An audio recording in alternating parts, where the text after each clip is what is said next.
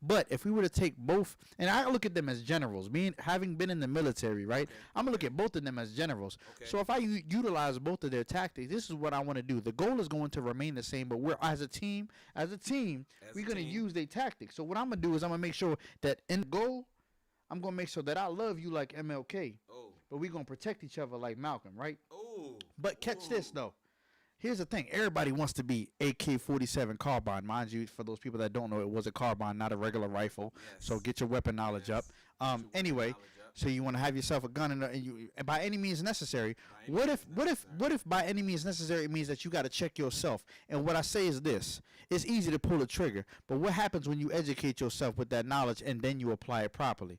You see, Malcolm X wasn't. Whoa. Malcolm X was angry. I'm not going to take that from him. The same way I'm not going to take away from any black man that's out in the streets right now rioting or looting. I'm not going to tell you that you're wrong to be angry. You have every right to be angry because I'm angry too.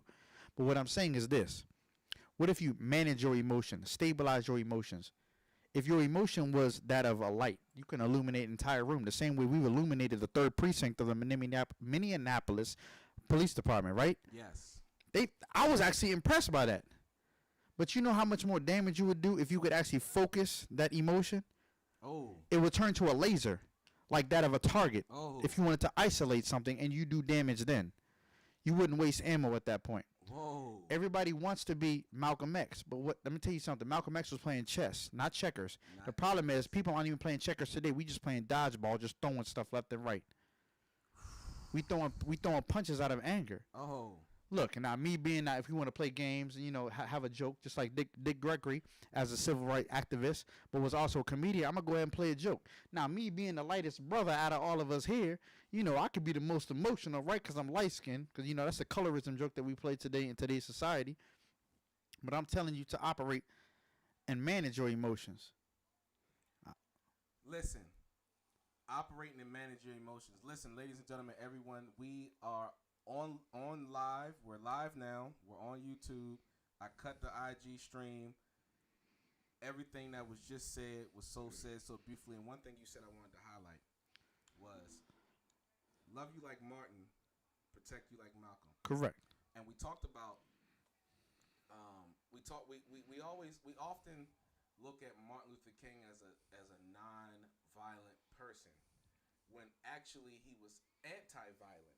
Correct. According to real history. And for those watching, Correct. I'm not disagreeing with nephew Christopher J. What I'm saying is we are highlighting something you've been taught wrong. Correct. You've been taught that Martin Luther King was was non-violent and not realizing he had an armory. Correct. Not realizing that I Have a Dream speech, he didn't even write that. And a lot of people don't even realize that was a speech he was handed by the coalition or the alliance of pastors that he was connected to, some Southern Baptist, whatever, because they were afraid of him getting assassinated. And then, Nardo, Cedric, I just so happened to turn on the television the other day, and I was watching the White House lady. She said something about the rioting, looting, and protest. She said the First Amendment does not give the right for rioting, looting, or protest. And then she quoted Martin Luther King. And I wanted to say, but y'all killed that nigga too. Mm-hmm. What are y'all thoughts on people trying to use our own heroes against us? Cedric Denardo, talk to me. Can I go back to the first question just for a second? Yeah, go ahead, brother. I was going to say this. Concessions is not progression. Okay, I agree. Progression. Okay. So in saying that, what I'm getting at by saying that is that the little crumbs that I speak about so often, the crumbs that they kind of flick off their table, we have to be careful that we not rounding and grouping all of those crumbs up to make a loaf of bread. Ooh. That we learn to cultivate our own thoughts. Yes. Correct. We learn to cultivate our own ideas. Yes. I just want to get that out for a lot of the viewers to understand, as I am beginning to understand as well, is that concessions does not equal progression. Correct. I agree. Progression is a gradual advancement, moving forward, a continuous movement. Real Okay. Progression growth. takes time. Real Okay. growth. To your second question, can you repeat that for me, brother? What do you feel that well before I even get to the second question was how do we feel about them using our own heroes against us? But Nardo, did you want to say something about the first question as well? I think I answered that one. No, he already answered. Oh, you answered He that? went, then I went, then. Okay, okay. Well, the Okay. people didn't hear you because the live stream was messing up. Ooh. Can you elaborate just how you feel again? Um, let me get my thoughts together back. Bring it back. Do you mind? I think Brother Cedric asked the same question. You just reiterate that question one more time so I could just pick those thoughts back up. So the question on the table is, how do you feel about the people using our heroes against us in our struggle for liberation? I think it's a divide and conquer aspect. Okay. You know, when we have one side that's that's for the fight, that's with the hustle and muscle, and the other side is with the talking. You know, a lot of people, we love to talk all day, all night, but talking's get us nowhere. In my opinion, you know, we've been talking, we've been wrapping it up. We've been writing albums and rapping. We've been rapping. I don't know, we'll be the Jay-Z of talking. You know, I'm done. You know, we done with that. You know, now it's about action. What you gonna do? Who gonna be on that front and really getting some things accomplished? Because we've been rapping. Literally, been rapping. Yeah, and yeah. We've been picking signs. I knew picking signs is our phones. You know, so I think we need to get out there and really make some things shake. You know, me being in DC, you know, we've been sugarcoated with a nice, beautiful, long strip that said Black Lives Matter. We've been sugarcoated with a nice Black Lives Matter way. That is nothing for me. That is nothing. That is some paint. Paint is not legislation. Ooh. Paint is nothing. You're not telling me nothing. Tell me that it'd be illegal to use chokeholds by police officers. Put that in some paper. Don't just tell me they can't do it. Nah, make that a legislation. Make that a mandate. Then you telling me make some changes. This is nothing. I'm not saying no changes, especially not in DC. All I see is nice little sprinkles on the cupcake. Chris, you want to comment to that? Yeah. Once I get the opportunity to, there actually was a legislation that just dropped, for the use of chokeholds and things that fall out of the category. It was in New York. It was Correct. There we go. Yeah. By Cuomo. Yeah. Yep. He just dropped that. Yeah, but that's New York. Correct. No, I agree. No, So, I'm saying that because New York and California usually sets the premise for other states. Correct, because of how populated they are. Yes, go ahead. I'm going to go ahead and speak on this because it's literally just popped up here.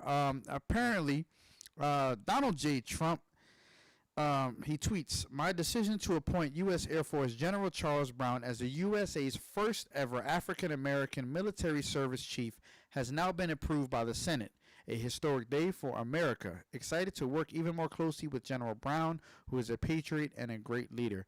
See, and that goes with the whole sugarcoating breadcrumbs. This is the minimal things of over a generations. The minimal things that have been done over the course of generations that a lot of us have get appeased by. We get complacent. And what have I said in many of our previous episodes? Complacency is the closest thing to death. We get happy over little things. Just like back when Obama got in president. Oh, my God, we got a black man in president. We can go ahead and relax now, and that's not the case. So we got to stop getting happy over the little things. We need to really expand our dreams, broaden our horizons. I want to bring this to the table. And fellas, don't feel like you have to wait for me to call on you to speak. Speak your mind. Listen. Yeah, can I answer the first? Yeah, go ahead. Question? Talk to me. I was gonna say this. So what they've done, in my opinion, in my humble opinion, is that they vilified Malcolm X, right? And they Santa Claus Martin Luther King. I give him that. I like. So Okay. They Okay. created the narrative that here come Martin Luther King, so we should all be super excited that he's come. And we do respect his work and we appreciate his work. And they vilified Malcolm until what Brother Chris is saying, when you truly educate yourself Yes. on Malcolm X, Yes. on Martin Luther King, Yes. truly to understand how long Malcolm X actually was a quote unquote criminal. It's not very long. So it's not very long. When you look at Martin's 1967 Cicero March in Upper Chicago, when you see the level of intensity that it takes to unify, to march, to walk in the face of death now. Hey, all right, So go ahead. it ain't just you walking. You walking with the idea you may not be coming home. So a march is much more different than. A march represented something different. It really could have been almost like they do in the penitentiary when they say dead man walking. Correct. Uh-oh. Correct. This Okay. could be your Reference. last time. Reference. So I say all of that to say this because I think that all of you guys have made great points, and I think that I've taken from all of it, to be honest. And I think that Malcolm, I think when it comes to Martin, let's deal with Martin first. I think Martin is grossly misunderstood. Correct. Yes. Thank you. Thank you. Yes. Thank you. I think that the branch that Martin created is brothers like this. If y'all can't see it, John Lewis. Yes. Brothers Yes. like that. Yes. That came out of that branch. It's almost like the difference between John. It's almost like Bill Walsh as a coach. All of the trainers, all of the coaches that he produced. Then it's like Tom Landry, all of the coaches that they produced, but they made the NFL what it is today. They created the playbook. Correct. You understand? So in a lot of ways, I'm gonna wrap this up by saying this, is that people forget that it was a sister with a pen that almost took Martin out first.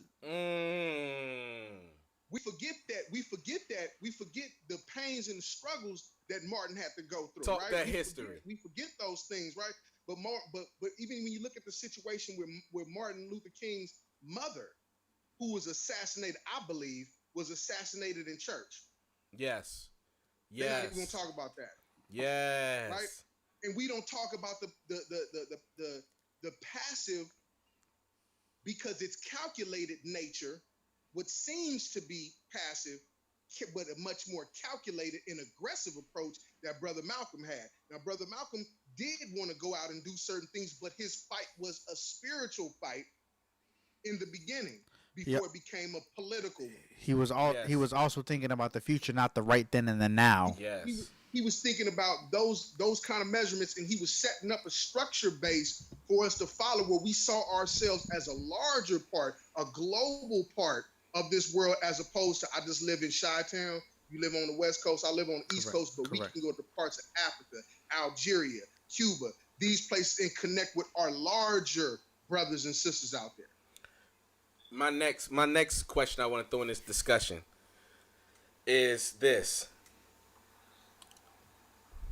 Why are we begging? No. That's the last question. I'm sorry. That's the last question. Let me. That was question number 4. Let me get to question number 3. Let me see how I'm gonna word this. Question number 3. Can you sit down and negotiate with the devil? Not on his terms. Yeah, you can.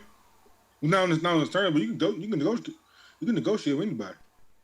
Okay, explain. Because I look at it like Malcolm. I look at it like Malcolm sitting at University of Berkeley in 1963, and him having a conversation clearly with people who had no great intention on him progressing. Yeah. But him understanding the strategy of getting close enough to be able to articulate the need for separation from him was very powerful gesture at that time in '63. So, Chris, you want to say something before I go in depth into what I just asked? Can you negotiate with a devil? With A or with the? Yes. A devil. Yes. You can. I agree. I agree with what Nardo said. You can negotiate with anybody. Okay. And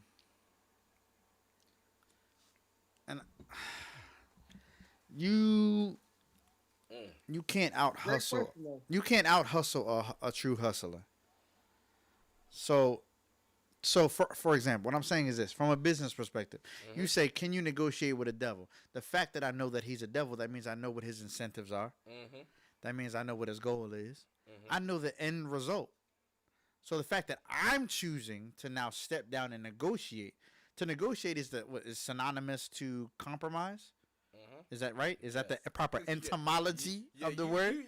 you stepping on it? Yeah. Yeah. I'm working on it. Yeah. So to understand that, that means I'm stepping down to meet you halfway. When in fact, if I understand your power, I'm going to be using you in a So sense. why do black people constantly keep negotiating with the power structure Are the people that when we know the end goal? A devil is known based upon the actions that it does. And I'm not talking about the everyday white folk. I'm not talking about them. I promise you I'm not.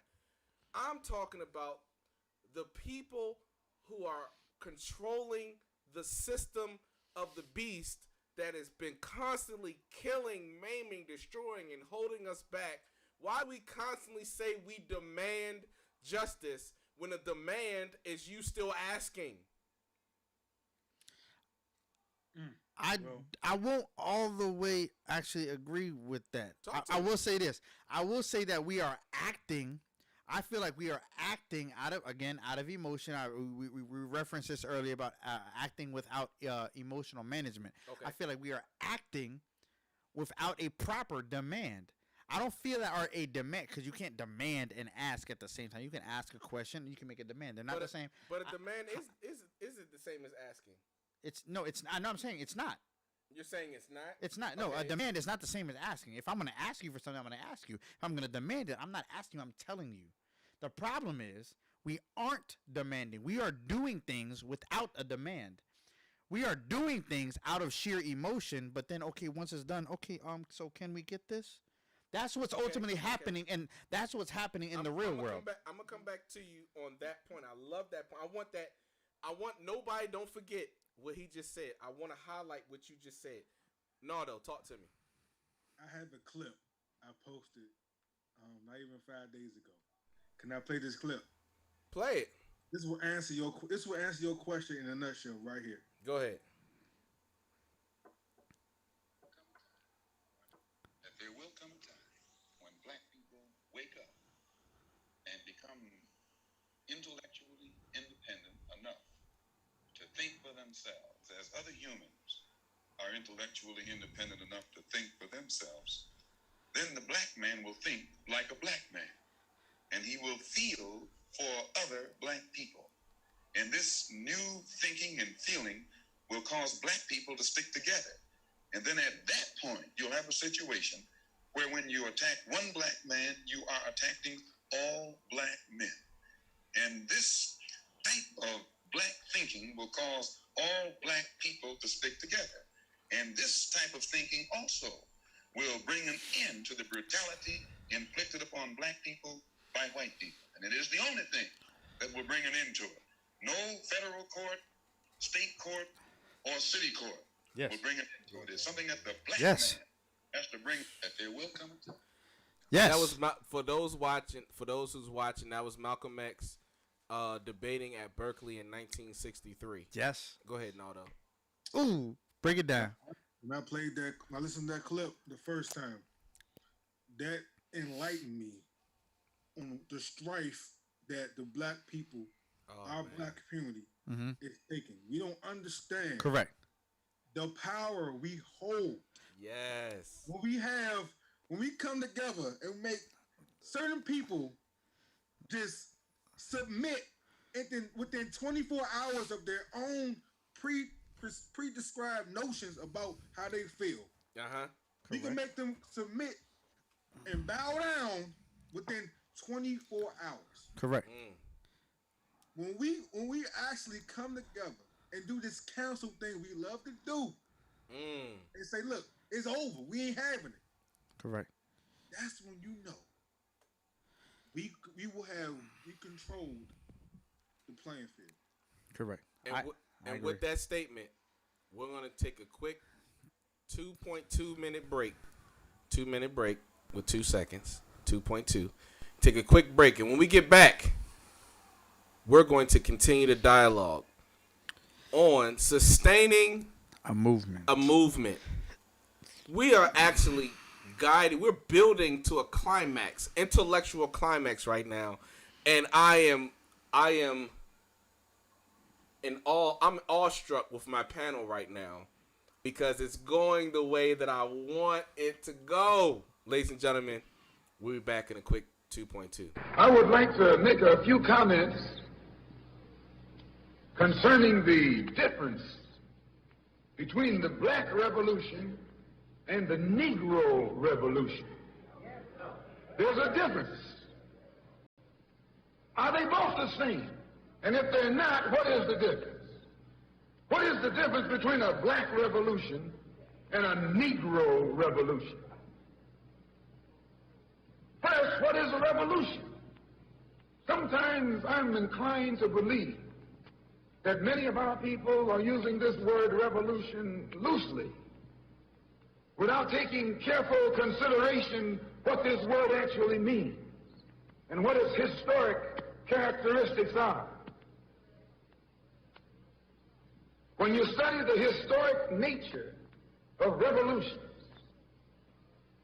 the motive of a revolution, the objective of a revolution, and the result of a revolution, and the methods used in a revolution, you may change words. You may devise another program. You may change your goal and you may change your mind. Look at the American Revolution in 1776. That revolution was for what? For land. How was it? Why did they want land? Independence.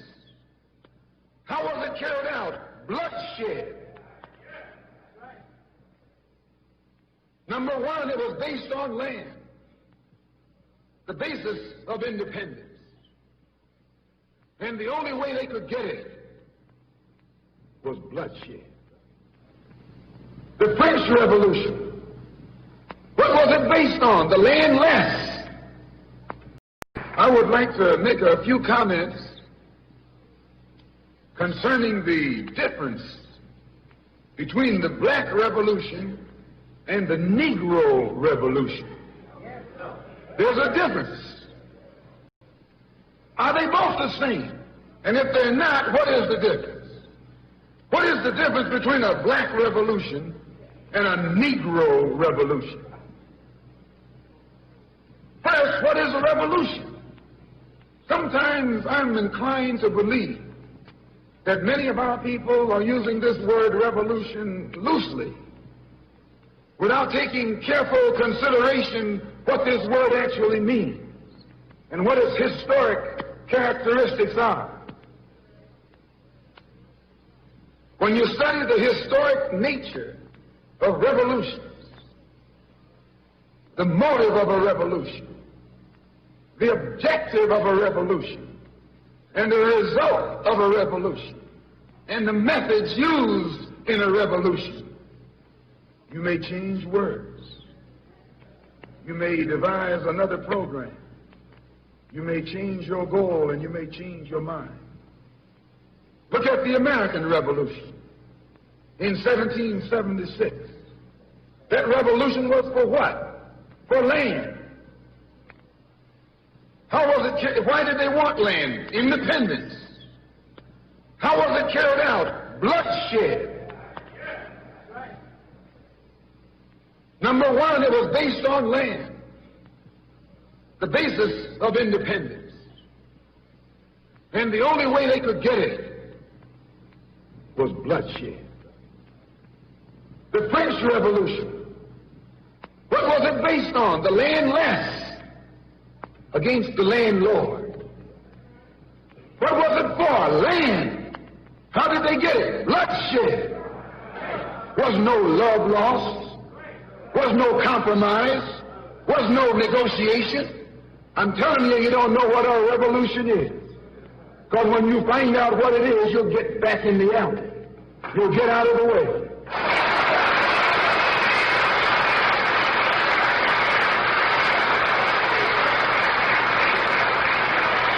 Just a moment. The Russian Revolution. What was it based on? Land. The landless against the landlord. How did they bring it about? Bloodshed. You haven't got a revolution that doesn't involve bloodshed. And you're afraid to bleed. I saw if you're afraid to bleed. Long as the white man send you to Korea, you bled. Ladies and gentlemen, welcome back to the Choo on That show. It's your boy Randy Choo on That. I'm here with my co-host Christopher J. Holla at the people. You already know Christopher J, a.k.a. I'm him, so act like you know. And just so y'all are aware that I'm still a.k.a. Mr. Slap Your Mama. Not my No mother. matter what's going on. Not my mother. He talking about y'all mother, And by the I'm way. here with two good brothers Good brothers. that I think complete the uniqueness of this conversation. I think we're going to have this going on for a little while. I had to put a pause on our series on time. Nah, without question. And Radio World, this is Randy Choo being transparent. I made this call without talking to my co-host, but the nigga's so humble that he just was like, let's work. Yeah, without question. We got to stay relevant with the people. So, We more of a democracy than the government is. facts. But I'll leave that alone for another day. I'll leave that alone for another day's conversation. No, don't say democracy because I'm gonna bring. I down- apologize, actually, because the etymology. The etymology of the word demos and krasi means demos or demon or diablo or demon, and krasi the rulership of demons. Y'all not demons. What I'm That's saying the is, we Latin here word, for the yeah. people more We than here our for the own, people. more than the president is. That's what we gonna say. And I got two special guests that I'm gonna bring back a few more times whenever they schedule allows it. I got Nardo and I got Cedric. Nardo, holla at the people, then Cedric, holla at the people. Welcome back, people. How you doing? Nardo. I'm back for round two. We got it in the first round. We back though. We back. Yeah. And Cedric, holla at the people. Man, if you guys thought round one was off the hook, man, wait for round two, man, coming up right now. So let's go. Let's get at it. I just want to say that for those who are wondering why the past 4 episodes we've been having issues with the stream, let me bring a little background context to what's really going on. 2014, I was under FBI investigation. I'm probably still under FBI investigation. And they were afraid of the connections I was making, the information I was spreading, the people that I was awakening, the movements that I was doing. They were harassing me. They were harassing my family. They was harassing my church family. They pulled up to my church. They pulled up to my home. They pulled up to my boxing gym. They put up to a lot of places, and a lot of people understood how serious their harassment was.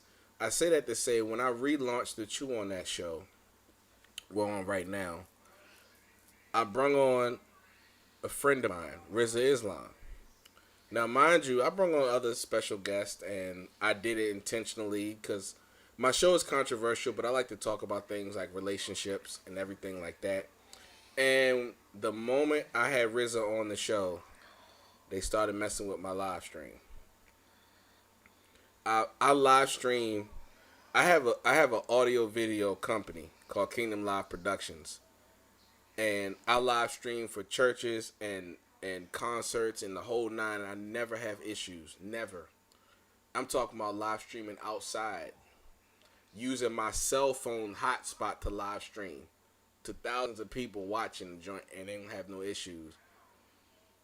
And I'm in a nice spot with nice internet, and my programs and stuff was messing up. This is why the show messed up earlier today. Just to give a little background content for those who feel like they have an opinion on what I'm doing. By the way, I don't just do this on social media. Let me say that again. I'm not just an internet talker. I have been doing community grassroots work since 2005. I've given so much for my people. And I'm not saying this to brag or boast. I'm saying this to say this internet stuff and broadcasting what I do is new to me. It's new to me. I don't even like self-promotion. I barely promote myself on anything. I just like to set the record straight for those who do that internet talking, because I grew up in a generation where we didn't have social media until we was in high school. I was from that generation where if you got your butt beat, you still had to see the same person every day. You ain't pick up a gun and shoot him. Facts. That's right. That's where I'm from. You know what I'm saying? So whether it was Washington, D.C., or Baltimore, Maryland, or the Eastern Shore, or Annapolis, Maryland, those are all the spots I lived in the state of Maryland. I lived out of the state of Maryland as well. I went to Kansas City, Missouri, Wichita, Kansas, Florence, Alabama, Hamilton, Alabama, Decatur, Alabama, Tennessee. I lived in a whole bunch of spots. But one thing I will say, I'm a man of my word, and I never, ever, ever was good at self-promotion. You want to know why? Because I care more about other people. I just wanted to set that record straight before we get in round two, because I've been getting inboxes lately. Obviously, the Choo on that show has been rubbing people the wrong way, because I've been getting inboxes lately talking about we shouldn't talk about the riots and the looting that's going on. We should stick to our series on time, or we should stick to relationship talk, or how we can better people's self-improvement. And I just want to say, move the microphone back from me. There you go. I just want to say that don't nobody pay for this show but me. And whatever me and Christopher J decides to do, that's what we're going to do. If we want to talk about sustaining a movement, that's what we're going to talk about. And if you don't like it, you can go to your nearest Walmart. Walk past the clothes and electronics, and to your left, you'll see sporting goods. Buy the cheapest shotgun. Get some duck shots, buck shots, whatever you want to get. Load that thing up, cock it back, and shoot yourself.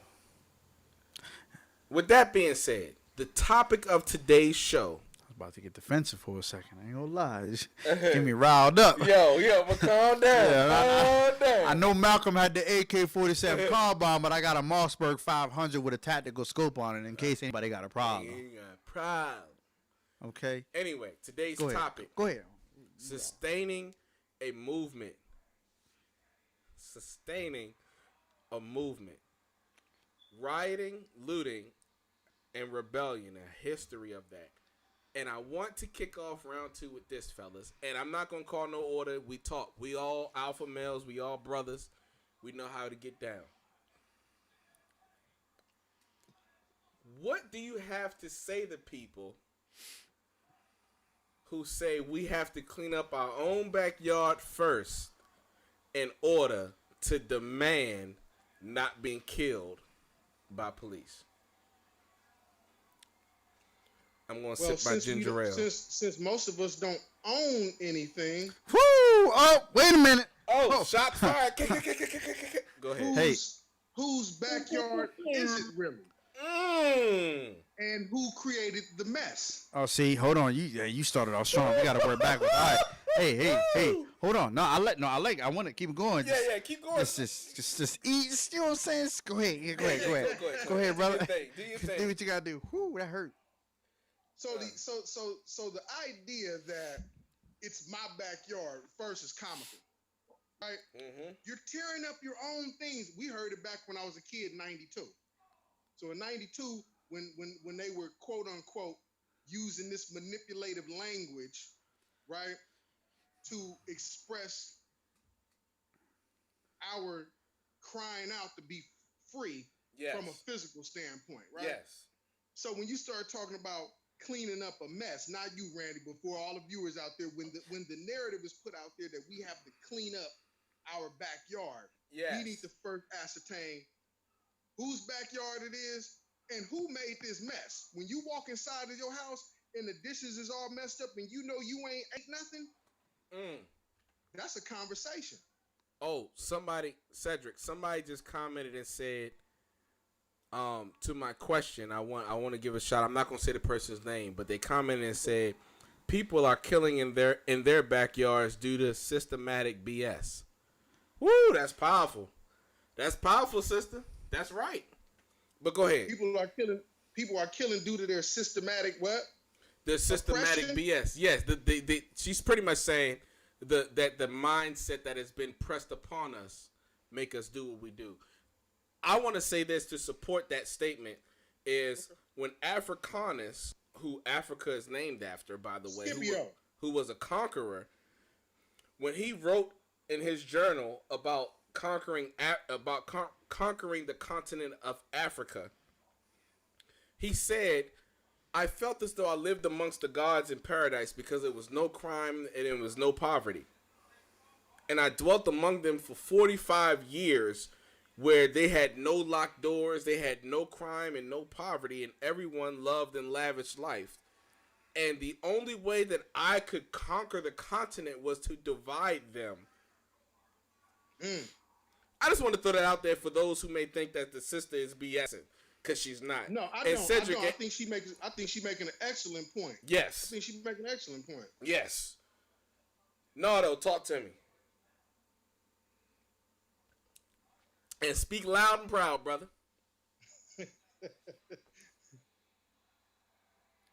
I just don't understand that phrase. That phrase never really sat well with me because what Cedric said, what do we own? Do we own the Target?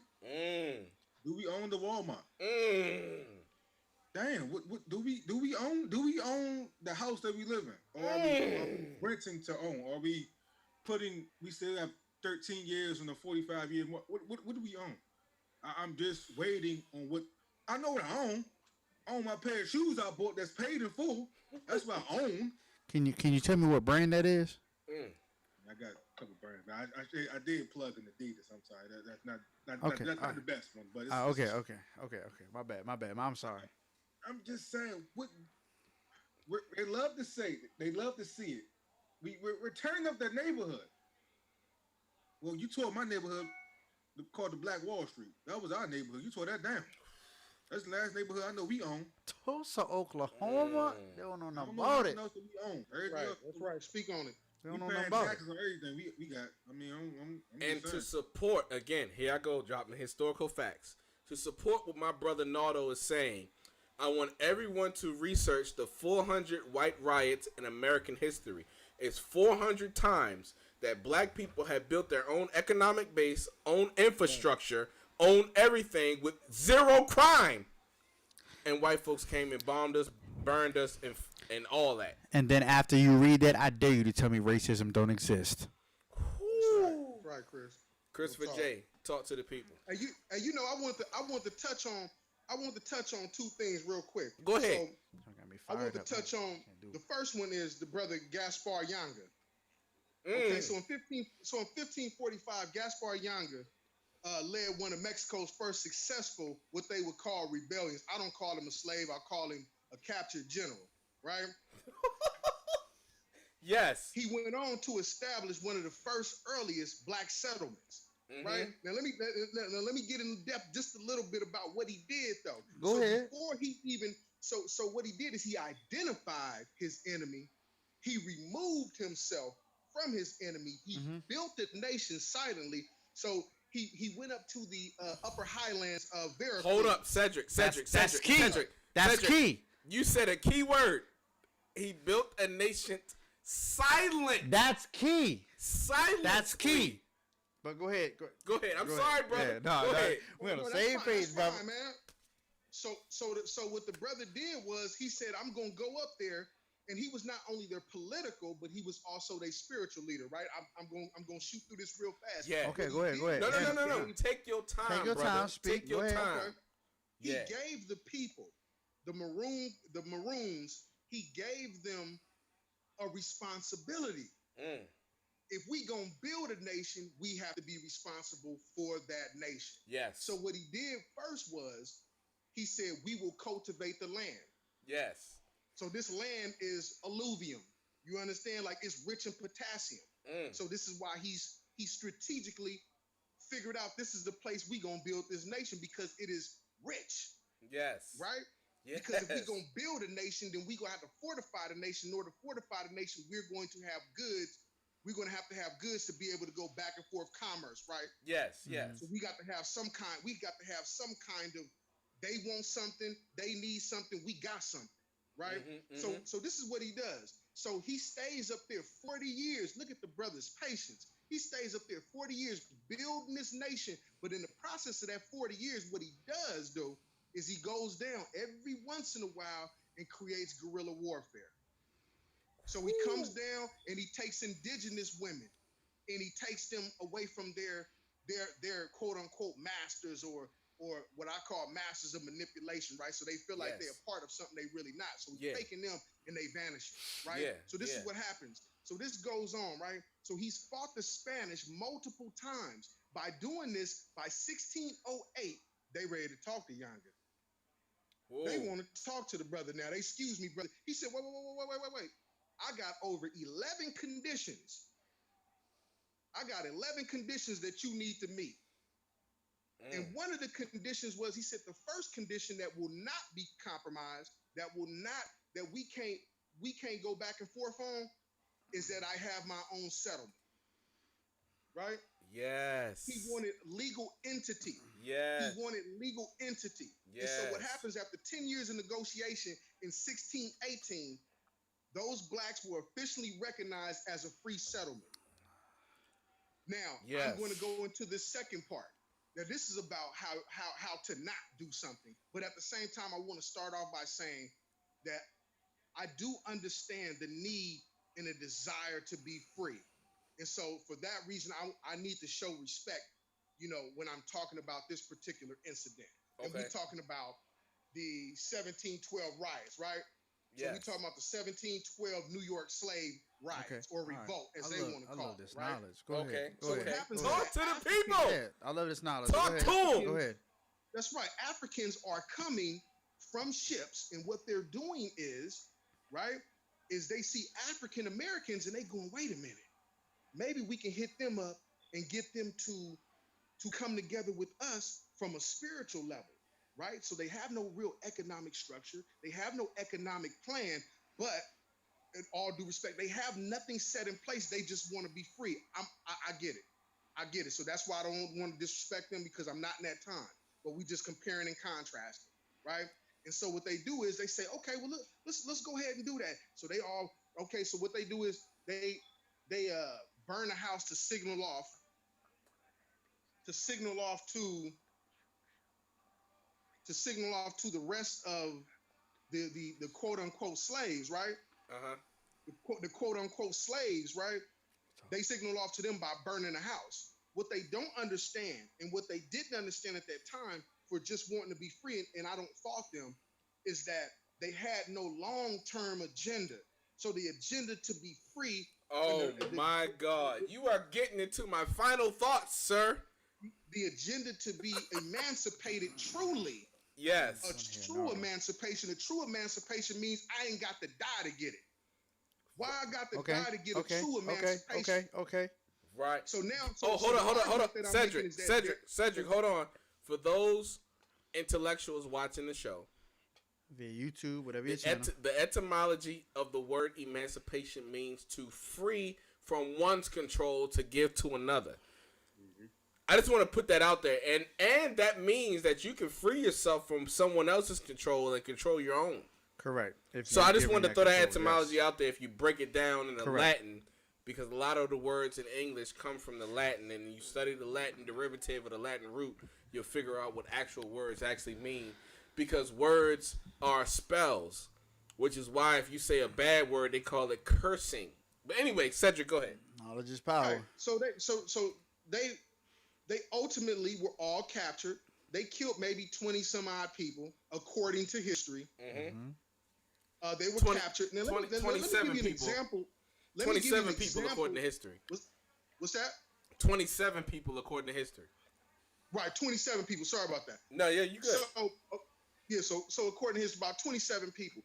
So one instant of the barbaric nature of this person, right? These people is they waited for one woman who was pregnant to finish having her baby. Once she gave birth, when she immediately gave birth, they killed her. They let her look at her baby. They let her touch her baby. They offed her. That's a wicked enemy, right? Yes. Now, this is the last. That is point the that I'm gonna definition make. of a devil. Right. Yeah, exactly. Which ultimately, like you saying from an etymology standpoint, means deceiver. It's a deceiver, right? Yes. I like him. So when we look at this, when we look at all of this, we say that Yanga. When we look at Yanga, we see that he feels that he has a God-given right to self-determination. He has a God-given right to be free. But in order to help his people advance for future generation, he understands I can't go about it in a way that I off myself, and now my kids don't have a father, and my wife is left without a man, and now here go the beginning cycle of the broken home. Correct. And that actually, what you just said, the last statement, that should be a whole nother. Matter of fact, that should actually be the bridging episode of history into today's society. Talk to me. Because I mean, we've talked about this off the air too in Yes, regards to yes. today's. I'm trying to get rid of in today's society. We talk. People like, hey, what's good, my nigga? I'm trying to get rid of that mentality and build tomorrow's man. But that's going to we got to get rid of. We got to get rid of yesterday's. We got to get rid of yesterday's use of the N-word, nigga. How we used to, whether it's how they use it, how we use it into today's man. With the real definition of man is not their definition, our definition of man, which would be synonymous to king and or God. Yes. Yes, sir. And sir. just see y'all dropping Jews on me. You feel me? But that again, that's another day's episode. And let me break Right. down before I get to Nardo. Let me break down the etymology of the word nigga. Woo! Ooh. Let's go back in history where the cave walkers got that word from and manipulated it into what we call it today. Okay. Niger. Or nega or negus, which means offsprings of the Most High. So That's an Abyssinian word, right? yes. My brother be reading books. Good God. Good God. Good God. Ooh. Negus, the offsprings of the Most High, the originators of civilization. See, what people, if you do your history, you will understand. I don't care what religion you are, this is historical facts. And I'm not being biased because I believe in the teachings of Christ, but I don't ascribe to modern day American Christianity. Let's just set that aside. Christianity in America right now is the Roman Catholicism, white supremacy religion. I don't subscribe to that. Correct. But that's for a whole nother topic, a whole nother day, a whole nother show. But let's break down historical facts. Historical fact number one is that the map was changed 4 times as we were getting traded over here in the transatlantic slave trade. The first time, if you do your research, and you wonder where redlining came from. If you do your research, man, gerrymandering. Sorry about that, brother. No, you man. Don't apologize to me on air, man. You offended me. First of all, we were called the Kingdom of Judah in West Africa. Then they changed it to the Kingdom of Negroes. Then they changed it to all the stuff that we see today in West Africa. And we didn't speak Swahili. Swahili was the Ebonic or the slang language to us actually speaking Hebrew because we are the original Hebrews. But that's a whole nother topic for a whole nother show. So y'all who claim to profess Christ actually are supporting Ashkenazi Khazarian descendant Jews who are of the synagogue of Satan when you're persecuting the real Jews. So how can you say you love Christ when George Floyd is Christ? When the whole black community is the body of Christ? if you want to be technical about it. But we're going to have that dialogue on religion and theology and all that. Yeah, another day. We're going to have that another day. That's a whole nother. And we're going to have Cedric and Ronaldo on that show, that's too. That's a whole nother level of depth. But I just want to throw that out there, that the original Hebrew was look like us black Americans that you're persecuting. Correct. And I want to say this.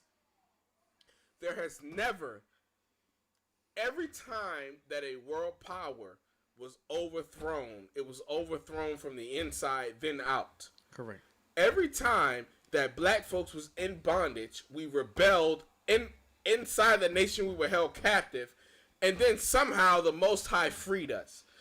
Let me say this to all y'all Christians who are so super spiritual and you just want to pray your way through this stupid stuff. First of all, nowhere in any scripture, Holy Bible, which by the way doesn't have all the books in it, or the Quran, when you look at these holy scriptures, you'll realize that no liberation happened without physical warfare. The fact that you are condemning the rioters and the looters, which by the way, most of them are white, that's burning buildings down. Right. Because why? At nature, we are a peaceful people. I was at a 7-Eleven today in Silver Springs, picking up some sound equipment. And every nigga I ran into showed love. I'm talking about weeded out. I mean, thugs. Hey, bro, much love, yo. My bad. Excuse me, brother. Can I get this hazelnut cream in front? I don't want to cut in front of you. I'm talking about, and I seen the pistol on his hip. You see what I'm saying? We are at a point in history, like Brother Malcolm X said, where the black man is awakening to the fact that when you see another black man or black woman getting harassed by police, you want to stop. I'm the type of person, I'll say this from my personal experience, and I'm going to throw it to Nardo, then I'm going to throw it to Christopher J. I remember I was like 15, 16 years old. I was in the projects, and I seen a sister getting harassed by a police officer. Mm-hmm. I straight up popped that police officer right in his jaw. Saw his joint dangling. Mind you, I've been boxing my whole life, so it's nothing. I know, and plus I know 4 different styles of fighting, so it's nothing for me to dislocate your stuff. So I hit him, and this was before I was even conscious, before I was even awakened to the reality of who we are and what we possess. It was just in my nature to defend that, and I didn't even know who she was. It was in my nature to defend. When are we gonna get past recording what's done and defending each other? If I see a police officer harassing Nardo, I'm not going to get my phone out and record it and say, "Stop, you're wrong, that's wrong." No. If my brother gotta go out, I'm going out with my brother. Because I would rather die than to be held in captivity. But I'm Killmonger. And I say that out of respect because everyone has to play their position and play their role. But I'm Killmonger. I'd rather die than see my people suffer. I used to work for NSA. I used to work for the CIA. Do you know that I could have cooned my way to the top? Do you know that out of my class of 100, I was number 3? In my class of 100, I could have cooned my way to the top. I'd rather suffer with my people than to live a lavish, comfortable life. Because a federal note with a white slave master's face on it, the love for my people, run my life. This ain't just a show to me. This ain't just dialogue and talk to me. Mm-hmm. I love Brother Cedric. I love Brother Nardo. I'll fight for them. You already know I love you. Ain't even a question. I'll fight for them. We ain't gonna talk about that. I'm sorry I'm getting emotional and passionate, but I love my brothers. But just for the record, that exists. That exists. amongst blacks. A man in tune with his emotions that exists. That society-driven stigma that a man should not be emotional, that women are emotional. That's fault. If a woman came from us, who had emotions first? So why don't we get to have it? If the most powerful man on earth, a spirit wrapped in flesh, Jesus Christ himself, if the shortest scripture in the Bible, yes, Jesus wept. If he cried, why can't you? Why can't you? Why can't you? And why can't I? Right. So why did we let the reprogramming of today's country reprogram us? And see what and before I throw it to Nardo, I'm getting to you, Nardo. But before I throw it to Nardo, I want to say this. My platform is not to bash black people. Not at all. Not at all. And anybody who bashes black people, especially in this time, I have a low tolerance for you. I don't care if you black or not. I have a low tolerance for you. Because we have enough enemies as is. And we know what the problem is. Bring us some solutions. And then for those who have a problem with the rioting and the looting and what's going on, what have you done? To help. Yes. What have you done? Have you actually done any grassroots efforts before it was popular or trendy? To help out, to back up the host, to back up my uncle, and to pass it on to Nardo, I'm gonna say this: we're not here to bash none of our brothers. In fact, we hold an accountability. Matter of fact, even biblically speaking, it says iron sharpens iron. And for those who have ever been in a sword fight, who have even witnessed a sword fight, knows that sparks fly. So don't run when it does. We're here to build diamonds and understand that in order to build a diamond, it requires heat and pressure. So don't run when it is applied. Woo. With that being said, go ahead, Nardo. Go ahead. Nardo, talk to us.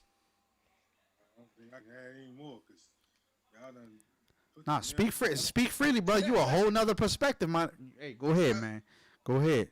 Nail in the coffin. I think we all share the same ideologies on this aspect, on this one. I mean, I seriously, I think both of you guys and Brother Cedric, all three of you guys, and just put all my sequence in my brain, my thoughts and synopsis in three different ways. I mean, it's not so much I can really be already deciphered. So what have you? So in that case, what have you personally experienced? What have you personally experienced that you feel as though needs to be replenished back into society? It just whether it be your homeboys, your brothers, your family, just something to affiliate it with what's going on today. I mean, I had my own personal experience with, the with police and this how my first encounter when I was 17, driving my car on the way home, on the piece in my hand, doing 18 hours. This came up 18-hour shift, and I was told I got pulled over. I was 17, got pulled over. Guns drawn, 3 cops surrounded my vehicle. Said I fit the description of a robbery in progress. And I looked at them and I said, what robbery I committed with a dirty shirt and a piece of mine? They said, stand by. I'm standing by. I want to go. Three of y'all got guns on me. I'm in the car and pop. 10 seconds later, I hear over the transmitter, we got the suspect. You know what they told me? Oh, sorry. Have a great evening. Oh. Okay. I turned around. I looked around. That's my first encounter. And I was 17, bro. These supposed to be our public service, protect and serve. First encounter. Oh, sorry. Have a great evening. People wonder, and aside from me being in the military, people wonder why PTSD exists. Facts. I've been speaking on that for a long time, and you don't have the respect to the military. You don't have to be in the military to get PTSD. Correct. No, I agree.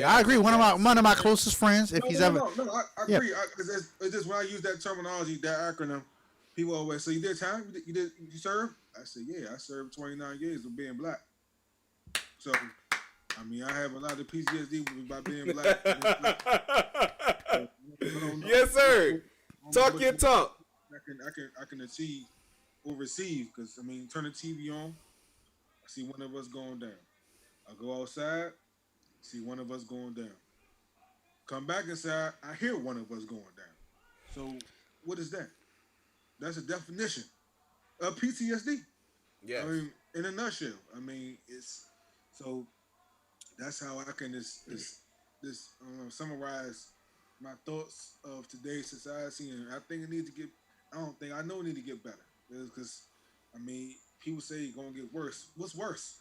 We in worse. I don't know Right. what worse is. It. Right. Worse we get. We're in worse. It gotta get better. It should get better, and will get better. So let me ask this to the panel, and whoever answers first, and we go accordingly. How do we sustain this movement and guide the youth that are out there to where we can really see in-depth change and actually provide the sustainability and solutions that they're writing and asking for? I'll go ahead and start. So when most people hear the term sustain, it's often synonymous with the word maintain. That's what resembles in our mind, right? So to maintain is to cause or enable, which means it's a start from the start to the continuation, correct? Right? But to sustain actually has two definitions: to strengthen or support physically or mentally, right? And also means to undergo or suffer something unpleasant, especially an injury, which I'm sure we've done over time. Correct? So to sustain is very much different from to maintain. Maintaining was done over 400 years ago. I'm talking generations after generations. That's when it started. That's when it was enabled. Okay? But here we are sustaining. So to answer the actual question, utilizing the true definitions of the terms, to truly sustain would be to, from then to now, redefine what our definition of is to look in the mirror. See what's wrong, and again, this only takes me back to this only backs up and confirms and affirms the reprogramming of today's man, our men. And when I say man, I'm talking about us. Yes. Okay. Yes. Because let's just be honest. We're going to go back and break down the hue man, a colored man, hue man. Hue man. Yeah. And then they switch it to man. We are man. We are kind of man or type. We are of man. Okay, We are go ahead. man. Yeah. Go ahead. We are man. I'm with you. So to break that down, we need to redefine what it is to look in the mirror. And I'm talking about something other than the Jordans that we wear or whatever brand that we have been reprogrammed to think that is worth to add to our body.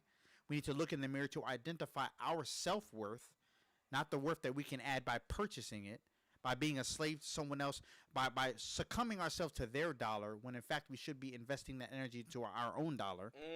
Okay? And that's for our men. Okay? To look in the mirror and see something other than the beauty we should add to ourselves through makeup. Okay? We got more makeup artists in today's society than we have doctors. Okay? Our definition of beauty has been redefined. We don't even know the definition of real because of what we define as beauty. So when we can look in the mirror and actually fix what's going on at home, I'm talking parent and child, fixing the actual relationship between a father and son, a mother and a child. When we can redefine that, we would then create the soldiers that are necessary to be able to fuel that army for those that believe in Malcolm. We can actually focus the energy and the emotion. So when we do that, then we'll be all right. Then we'll have that mentality that Malcolm speaks of. But I rest my case. I digress. See, America Like that schematically name no more. is a big plantation in my mind. I agree with you. Now, on this plantation, you got a lot of things, right?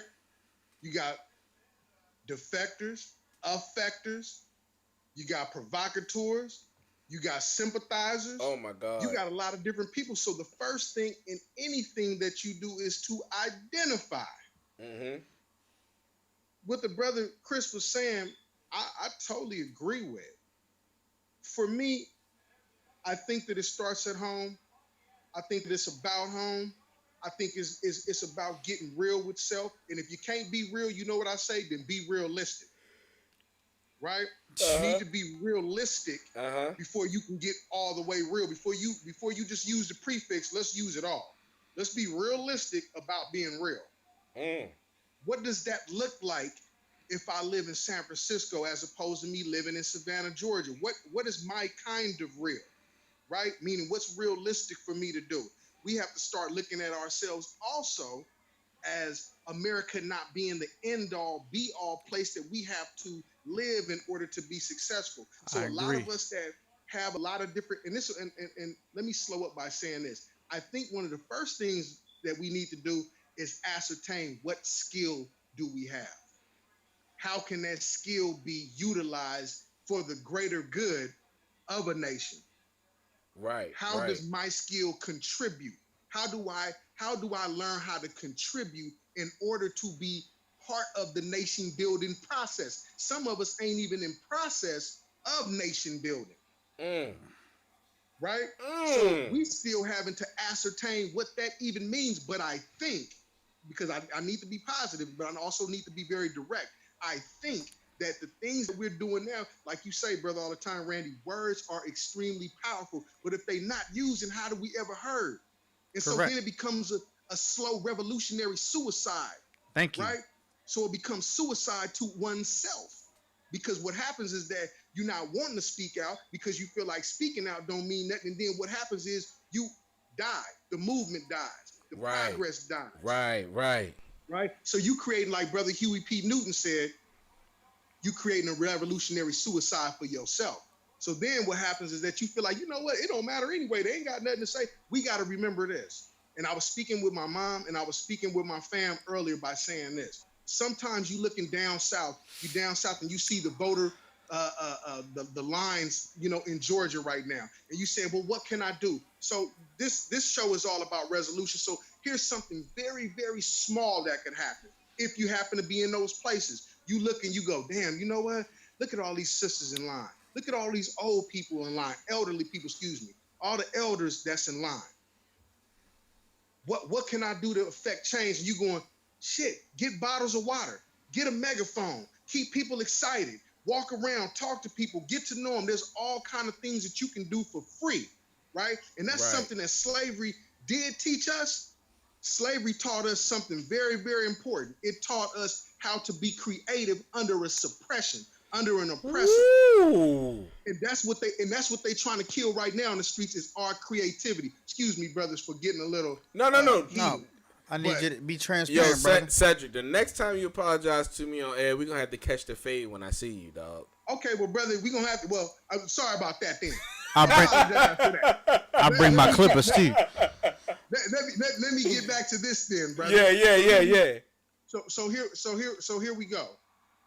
So one of the first things that we have to establish in my mind is that we have to identify what the problem is. It's the same thing as the brother Chris was saying. If you're at home, you can identify the areas that need to be changed. Correct. If you're looking in the mirror, you being realistic by saying, you know what, bro, I better slow down on what I've been eating. I better slow down on how I've been treating people because I see where this is going to end up going, right? So you see the potential, you see the potentiality, right? So if you're doing probability and statistics, and you're going to understand one thing that's important. You're going to understand how to align, malign, and make sure that you're doing things in its proper format to receive the proper formula. Right. So a lot of times what we doing without getting all, Harvard with it is just to say this. If you don't start at home, home does not only mean home. Home is a building, right? Correct. It's a build, but home is where the heart is at. Mm-hmm. Touche. So where is the heart at? Touche. The heart needs to be like Chris is saying, with your son, with your kids, with your nephews. For me, it's my nephews. Because I don't have kids right now. So for me, it's I my agree. nephews. For me, it's my brothers. It's my sisters. Yes. It's my family. It's where the heart is at. And so everywhere I go on this earth is my home. Right? Right. And so that's the mentality that I take. I take myself as being a vehicle, and I drive it into anybody's home if they're willing to partake in the knowledge. And so I'll just close by saying this. When you read books like this, and I'm just going to say this, you got a book like Babylon of Timbuktu. Yes, right? yes, sir. Yep, Yes, sir. yep. I know you guys are aware of this. Yes. When you have things like this, and this is for the viewers, when you have things like the new Jim Yes, Crow, sir. dealing with Yes, mass incarceration, sir. Oh, you a These, swamp, these, bro. I got that joint over Oh, there. yeah, on the shelf right now. Yeah. these are the bullets that need to be loaded up in this chamber. So that what come out of this got the proper trajectory, and that is landing, and that is hitting, and it is Gotcha. firing on all cylinders. So what's happening is that we ain't got nothing in the clip. Oh man. You got your And weapon all of you hear mass is click, destruction click, right click, here, click, bro. click. Got the red button where it's at. Yeah. Keep So talking, listen, Morpheus. listen. Oh, there we What's go. that? Keep talking, Morpheus. Okay. So what I love about this platform, because I'd be remiss if I didn't speak to this. Check your phone. What I love about this platform is it gives brothers and sisters the ability to be able to speak freely, Yes. but also giving them a structured setting to be able to see the power that can happen when we allow ourselves to communicate and actively listen. So and that goes to a point that goes to my point of, like, I've realized that people are not like us. And what I mean by that is people don't know how to listen to hear. They listen to respond. And that is why I said this earlier to a fellow brother earlier. I was riding along and talking to, who was doing some business. And I said, if a rape victim had to constantly explain how she feels towards the rapist to the rapist, she's not going to feel comfortable having that conversation. And that is exactly where black people are in America today. The fact that, number one, let me just say this, and we're going to have this whole topic on a whole different day, but I just want to throw this nugget in there, that black men have I think he can't. Can you, Nardo? Can you hear? Or can you speak? Yeah, I hear you. I just got to I gotta go take care of the wife. She just sent me a Oh yeah. All right, no. Do your thing. Now, household priorities take precedence. Yes, sir. Do what a Take it king. easy, brother. Hey, a king taking care of his kingdom. Understand that, By the people. way, for those who watching, Nardo is expecting. His wife is pregnant, so respect this gangster. Nardo, Hey, text me, holla at me. Hey, I appreciate. hey, we gotta exchange social media, brother. I want to follow you. I want to be able to work with you, bro. Yeah. I got you. Hey, bro. Hey, I'm gonna holler at you, bro. I'm be out DC soon too. So, you know that we can work. We gonna bring Nardo in studio. Oh, that work too. Yeah. I can get you lined up, brother. I'll take care of you, bro. My man. Hey, take handle your business, man. I'm proud of you. Take it easy, brother. So what I was saying was that hold up. What I was saying was, There we go. oftentimes we end up thinking we end up explaining ourselves to the very people that we have the issue with, and which it gets tiresome when there is denial involved in the explanation. Like, we're constantly talking about we want peace, we want this and that. We're always peaceful. We're peaceful people. But when we constantly have to explain to our oppressor why we feel oppressed, that is an issue to me. And that issue needs to be resolved. And it's not for us to necessarily resolve. It's up to us to make sure that what we discuss in private is kept in private. What we execute in private is executed until it's public enough, until it's executed enough to where when it's public, it doesn't hinder the movement. What I don't like is black folks bashing black folks on white media. Yeah. And so I'm trying to create black media now. I'm trying to create strategies on how we can better our community. For example, we talk about economics and we talk about our dollars go out of our neighborhood, our community, in less than 60 seconds is into another community. What if we, and I'm actually working on this for those who are educated in this and want to help, on creating a cryptocurrency strictly for for black folks in America. And we trade and do all that with other nations.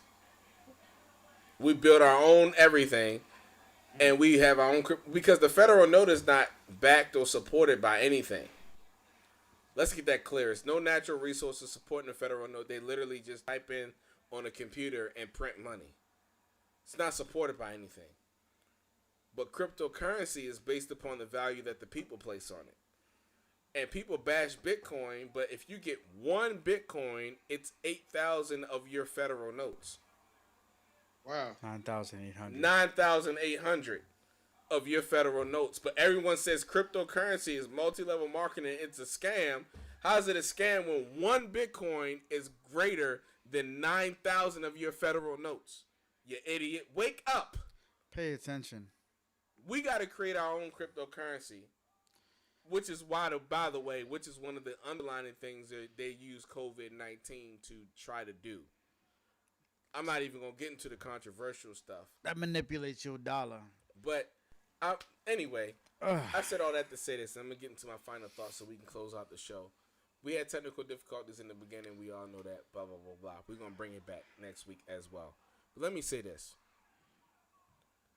The way to sustain a movement is, one, don't criticize the frontline soldiers while they're doing their job in the presence of their enemy.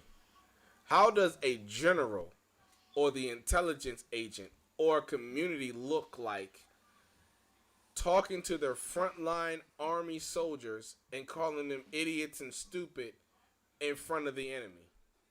You do not subjugate your weaknesses of your side in front of the opposition. Number two, let's stop doing stupid stuff in the name of solidarity. If we're going to jump out there, let's jump out there for something that's actually going to last, that's a long-term goal, and that's sustainable. Number three, get rid of the theological game banging. I don't care what you believe right now. It's about our people getting free. That's right. I'm actually setting up a show where we have a Moor, a Hebrew Israelite, a Pan-Africanist, a Christian, and a Muslim on the show, where we dialogue about setting aside our religious differences to focus on our community. That show is getting programmed right now. Number That's 4. gonna be fire right there. Yes. Number 4, we need black people, whether it's men or women, in every occupation to teach their children their occupation and pass it on. If you're a doctor, if you're a lawyer, if you're a judge, if you're a police officer, if you're a politician, whatever, because when we build our own infrastructure, we need to know all that. That's right. Knowledge is power. Last but not least, number 5, we need to learn how to not view each other as the competition. Straight up. If a brother or sister has knowledge you don't have, humble yourself and accept the knowledge. Correct. If someone is better at an occupation than you are, humble yourself and learn. I am tired of us constantly going at each other's neck over the stupidest stuff. If your chick look better than the next man's chicks, oh well, get over it. Stop trying to get that man's girl and be satisfied with yours. Y'all not viewing from the same eye sockets anyway. Because last time I checked, everyone's gonna be ugly eventually. It's what you got on the inside that matters. That's right. This That's is what true. really matter. Everything, That's what really matters. everything gonna be sagging and dragging by 70 years plus. Facts. You gonna have grandma nipples. And them, hey, you gonna need some briefs, not boxer briefs, not regular briefs. You gonna need briefs to hold them up. And I'm gonna add number 6. During all the seriousness that's going on, take some time to laugh. Right. Laughter is medicine unto the soul. And yes, things are serious, but find someone in our community and have a moment where you can kick back and laugh about something. Just to get it off your chest. You're already stressed enough by being black in America. Correct. I mean, after all, even Dick Gregory was able to find comedy in the midst of being a civil rights activist. Most people don't even know that he started off as a comedian. Everybody that I've talked to has no idea. No And they idea. wonder, and they're too busy questioning me. How can you sit here and laugh about something that people like Dick Gregory was fighting for? Because he started off laughing about it, stupid. Right. That's right. Right. That's right. Way back with Hugh Hefner and them. Way Yes. back. Yeah, to this day, shout out to Dick Gregory, God rest his soul. I love the joke to this day. Gregory, God bless you. To this day, he walked into a restaurant, and he sat down at the table, and they told him, "Hey, we don't serve colored people here." And he had the nerve and the humility to be able to pull back and say, "Well, you know what? I'm grateful for it because I don't eat colored people." So the fact that brothers of different variations of the same color can laugh at it, so go ahead and take that and keep that in mind, brothers and sisters. And I just want to say that, I rest in peace, Baba Gregory. I had him on the Choo on that show back in 2013, and it was an amazing, powerful show, but the FBI deleted it. I just want to throw that out there. Final thoughts, Christopher J. Cedric. How you going in the show? I'm gonna start off with a disclaimer of this.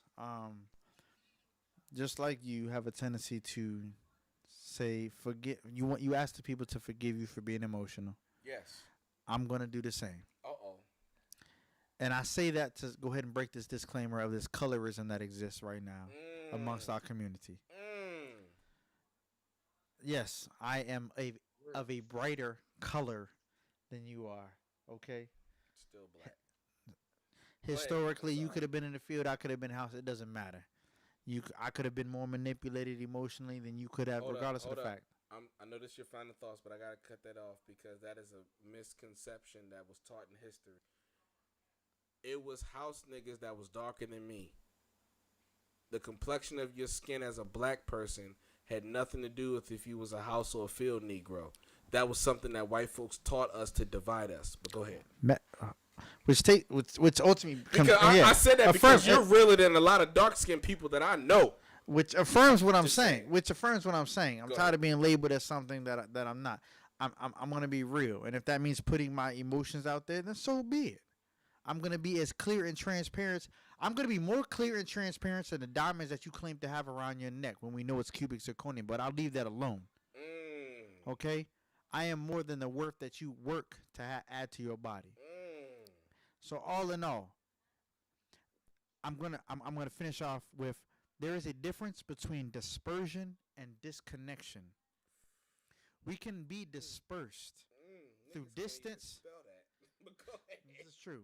We can be dispersed through mileage and distance, but it does not mean that we have to be disconnected. When you don't know something, you will seek it if you want it bad enough. If you want to be connected to your people, you want to make a change, then you will do so. If something hurts bad enough, then you will heal from it. Okay? And for those who don't know, you need to research Willie Lynch. Okay? Shout out to my pop. He know who he is.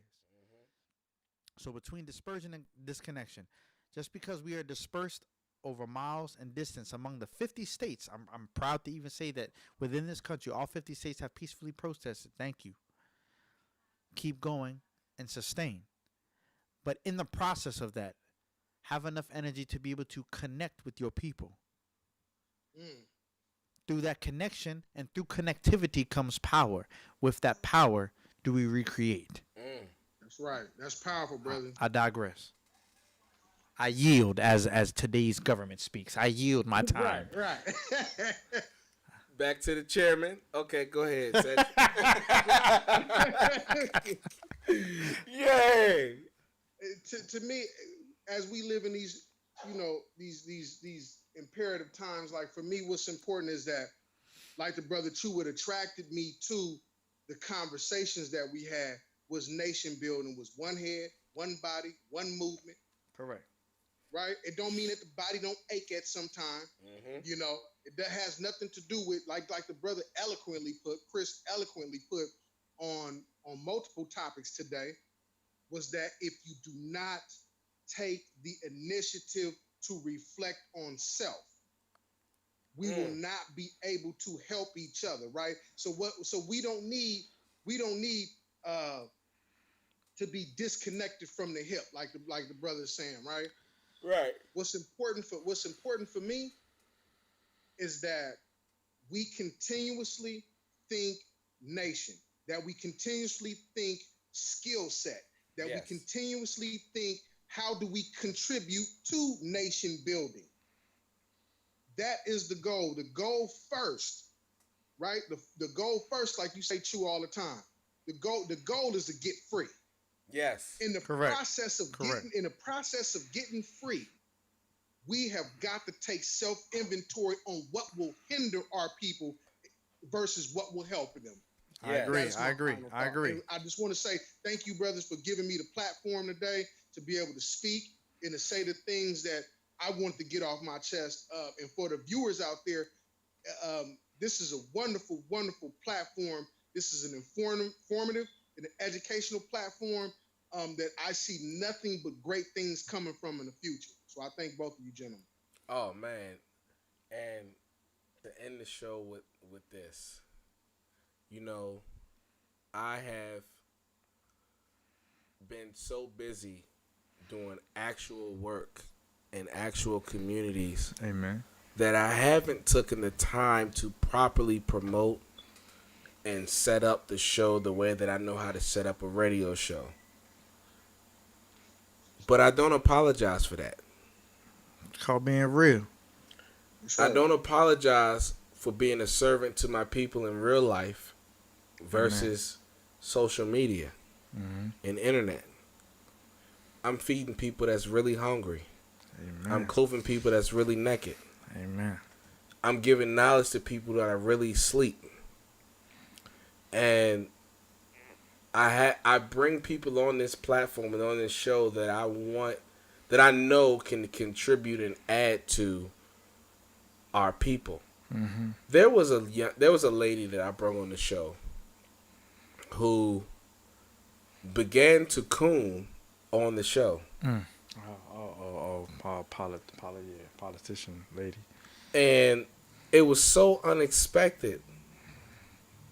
I hung up on her during the live broadcast. And we went on an intellectual rant. That's actually what I named the show on YouTube, by the way. Oh, when I went off? Yeah. Oh, yeah. I called the show, the Choo on that show. That was episode, whatever number it was, and I called it Intellectual Rant. And matter of fact, I'm going to tell everyone exactly what show that was. That was